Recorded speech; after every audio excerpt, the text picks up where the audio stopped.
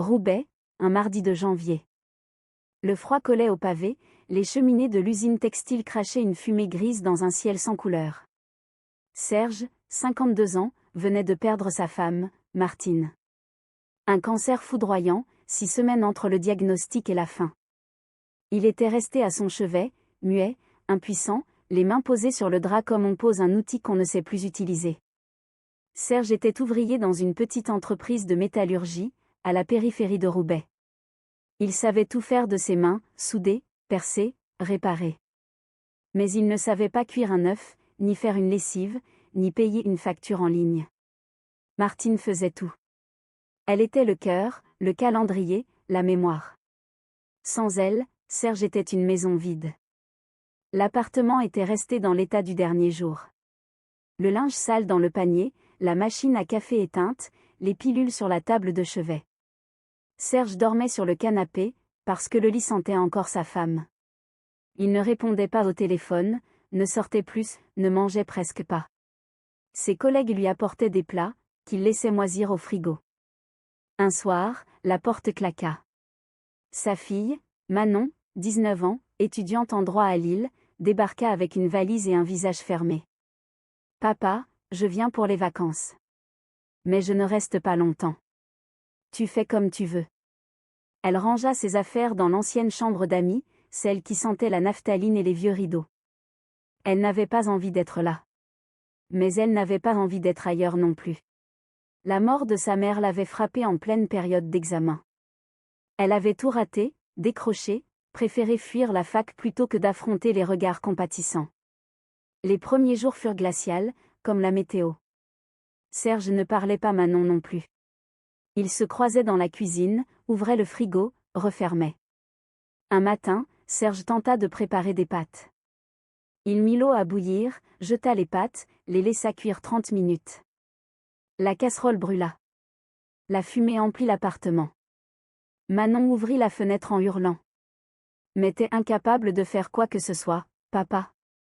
J'apprends, dit-il simplement. Tu apprends? À 52 ans, tu devrais savoir cuire des pâtes. Martine s'en occupait.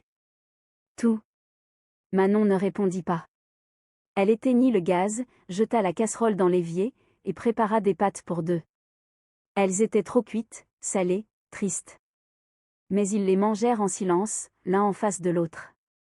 Les jours passèrent. Manon s'aperçut que son père maigrissait à vue d'œil. Les joues creusées, les cernes profondes, les mains qui tremblaient en tenant sa fourchette. Elle lui prépara des repas, rangea la cuisine, fit les courses. Elle faisait tout sans rien dire, comme on fait un devoir sans conviction. Un soir, elle le surprit en train de regarder une photo de Martine. Il pleurait. Pas de sanglots, juste des larmes silencieuses. Manon n'osa pas entrer.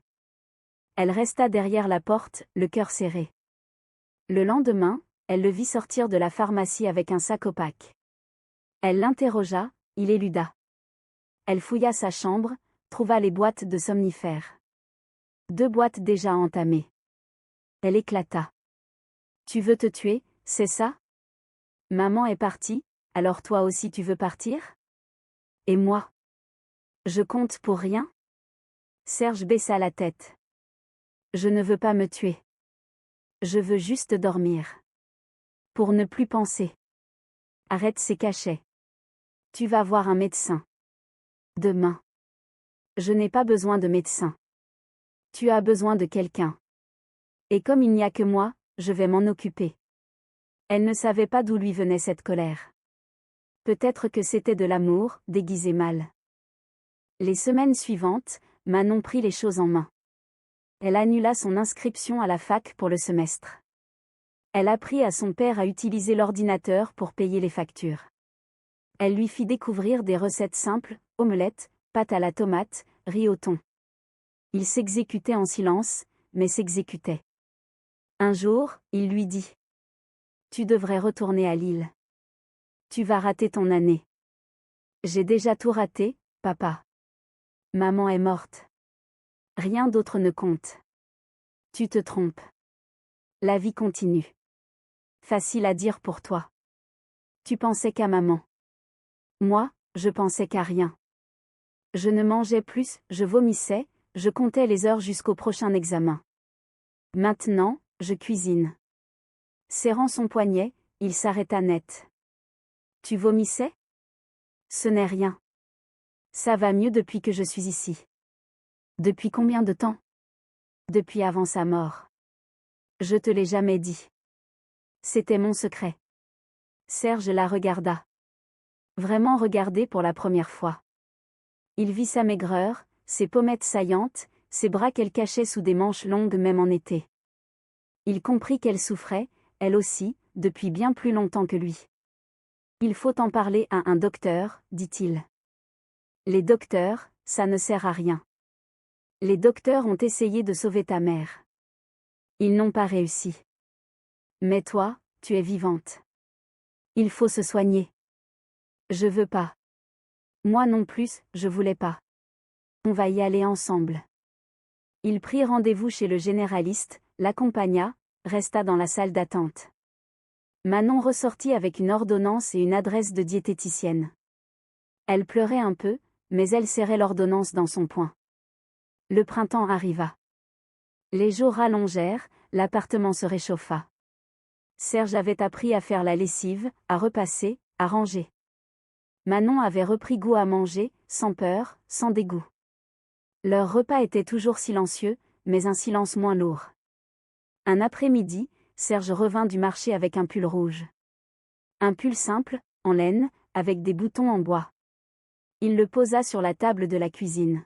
« C'est pour toi, dit-il. »« Pourquoi rouge ? » ?»« Ta mère aimait cette couleur. Elle disait que ça te donnait des couleurs. » Manon le regarda longuement. Elle prit le pull, le palpa, le porta à son visage. « C'est doux, murmura-t-elle. Tu vas l'essayer ? Peut-être un jour. Tu viens au match avec moi, ce soir ? Les voisins m'ont prêté une place. Je sais pas regarder le foot. Moi non plus. Mais on va apprendre ensemble. Elle sourit. Un petit sourire, maladroit comme un pas de danse. Elle ne porta pas le pull ce soir-là. Mais une semaine plus tard, un matin, elle descendit en pyjama, le pull rouge par-dessus. Trop grand, trop chaud, un peu ridicule. Tu le portes, dit Serge. Il est moche. Il te va bien. Elle ne répondit pas. Elle but son café, mangea une tartine, puis sortit le chien, un vieux caniche qu'ils avaient adopté à la SPA, parce que l'appartement était trop vide. Ce jour-là, Serge appela sa sœur, qu'il n'avait pas contactée depuis des mois. Ça va mieux, dit-il. Manon est là. On se débrouille. Tu pleures pas ? Je pleure. Mais je souris aussi. Les semaines passèrent. Manon retourna à Lille pour passer ses rattrapages. Elle réussit, de justesse. Serge resta seul à Roubaix, mais l'appartement n'était plus vide. Il y avait des recettes sur le frigo, des livres sur la table, un pull rouge accroché au porte-manteau. À son retour, Manon avait repris un peu de poids. Ses joues s'étaient arrondies, ses yeux moins cernés. Elle n'était pas guérie, mais elle n'était plus en guerre. « Tu gardes le pull ?» demanda Serge. « Je le garde. »« Même s'il est moche ?»« Surtout parce qu'il est moche. » Ils rirent. Le rire résonna dans l'appartement comme un bruit oublié, fragile, mais bienvenu. Alors, que retenir de cette histoire ? Rien d'extraordinaire. Pas de miracle, pas de rebondissement. Juste un père qui apprend à cuire des pâtes, une fille qui accepte un pull rouge, et une ombre qui peu à peu cesse de tout recouvrir. Manon n'a pas guéri, Serge n'a pas oublié Martine. Mais le matin, ils ouvrent les volets. Et le rouge du pull, dans la cuisine, réchauffe un peu leur jour gris. C'est tout. C'est déjà beaucoup.